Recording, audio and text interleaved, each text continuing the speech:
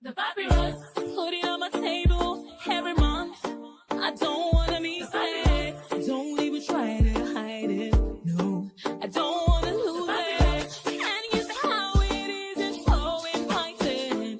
The papyrus, we're all so alive. The papyrus. Hello, welcome to the Papyrus TV News Update. First, the headlines.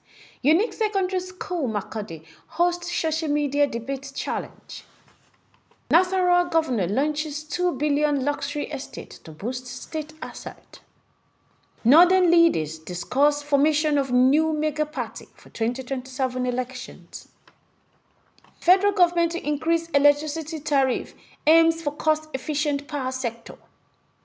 Atiku Abubakar accuses current government of undemocratic tactics. Federal government meets NLC leadership over tariff protest. Nigerian's mining sector draws global interest. Now on the news in details. Unique Secondary School Markurdi on Friday, January 31st, 2025, hosted a captivating debate competition between the senior students on the motion, social media, more of a curse than a blessing.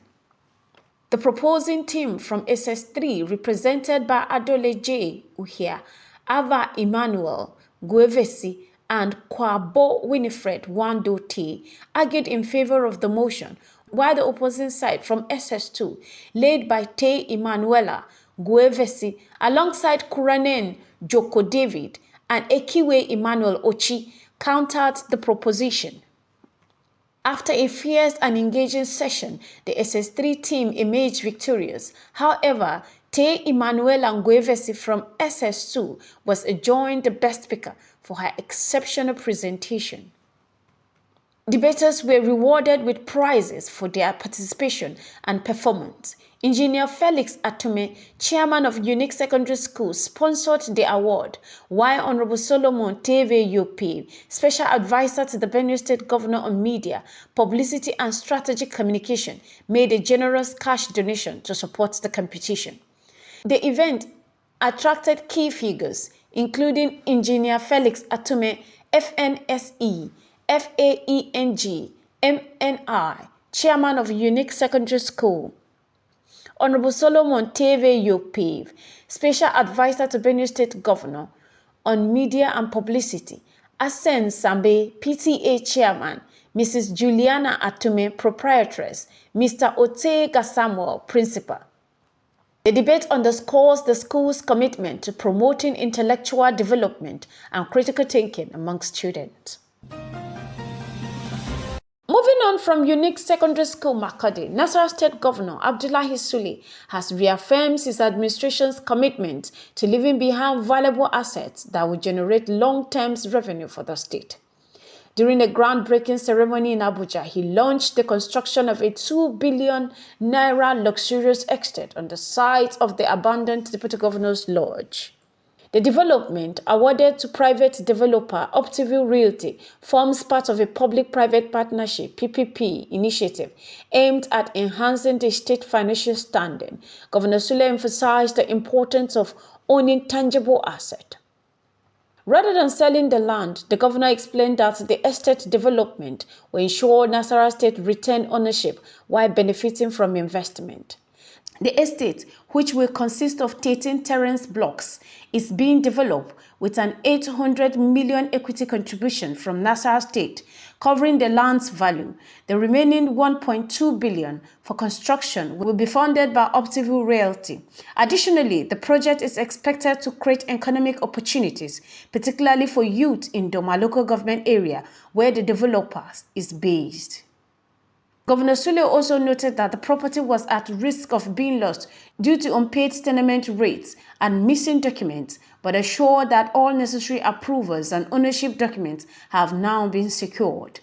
This project signals to investors that Nasarawa State is open for business and ready to take on new opportunities for growth, the governor remarked. In another political development, Sources confirm that northern political leaders, along with key stakeholders from across the country, are exploring the creation of a new mega party to challenge the dominance of All Progressive Congress (APC) in the 2027 general election. Investigations by the Nigerian Tribune reveal that this leadership have largely concluded the People's Democratic Party (PDP) is no longer viable as the main opposition force. The ongoing deliberation have focused on forming a coalition of parties, which may include the Social Democratic Party (SDP), with a goal of offering a strong challenge to President Bola Ahmed Tinubu's re-election bid. The committee tasked with finalizing the new party's formulation is expected to announce the vehicle for the opposition by late February 2025.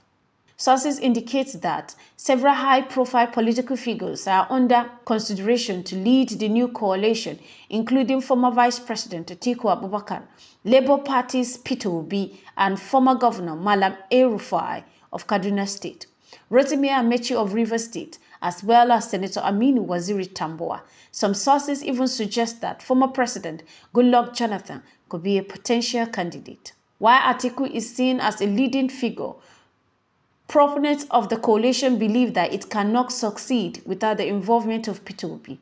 Additionally, the role of the League of Northern Democrats (NLD), led by former Kano State Governor Ibrahim Shekau, is seen as central to bringing together various factors to form a unified opposition ahead of the 2027 race.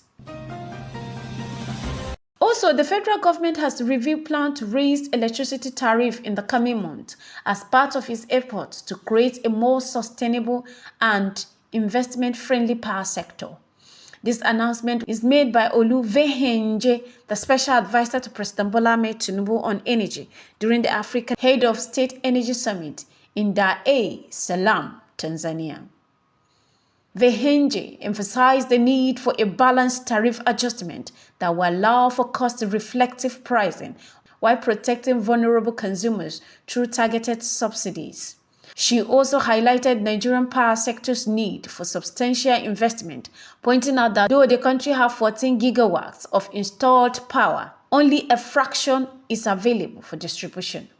The federal government's plans to increase tariff comes after the threshold hike for Band A electricity consumer in 2024, reflecting mounting pressure from electricity distribution companies to make tariff more financially sustainable.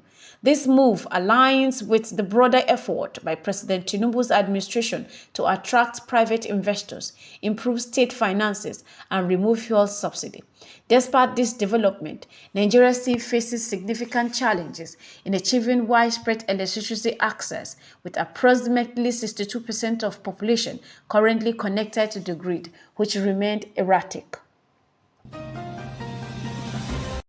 Former Vice President Atiku Abubakar has sharply criticized Sunday Dare, the special advisor to President Bola Ahmed Tinubu on media and public communication, over recent remarks made on social media. Atiku accused the Tinubu's administration of undermining democratic process and promoting a snatch and grab approach to governance.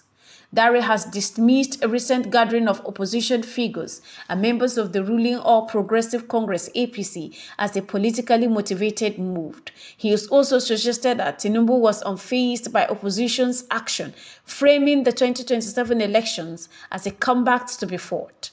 Atiku, in a statement from his media office, rejected Dare's criticism, stating that the gathering of political leaders was aimed at fostering democratic ideas, credible elections, and good governance, not destabilizing the government. He condemns the administration rhetoric, describing it as an attack on Nigerians' hard-won democracy and a violation of fundamental human rights. The PDP presidential candidate further took issues with Dare's remarks on Nigerian international trade relationship, accusing the government of making reckless statements that could harm Nigerians' diplomatic and economic ties. He urged the Tinubu's administration to adopt a more inclusive and responsible approach, focusing on unity and responsible leadership to heal the divisions within the country.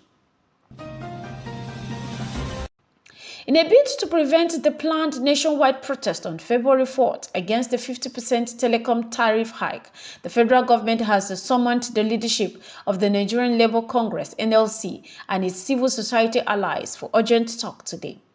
The meeting set for 5 p.m. will focus on the justification for the telecom tariff adjustment, as well as NLC's strong opposition to the 8 billion naira allocated for electricity bill sensitization, which the union has criticized as wasteful. Despite agreeing to attend the meeting, the NLC has made it clear that the protest will proceed, with demonstrations starting at 7 a.m. on February 4th. Protesters will march to National Communication Commission (NCC) offices and state houses of assembly, submitting petition against the tariff hike. NLC leader have emphasized that this protest is a response to the growing economic hardship faced by Nigerian workers and citizens.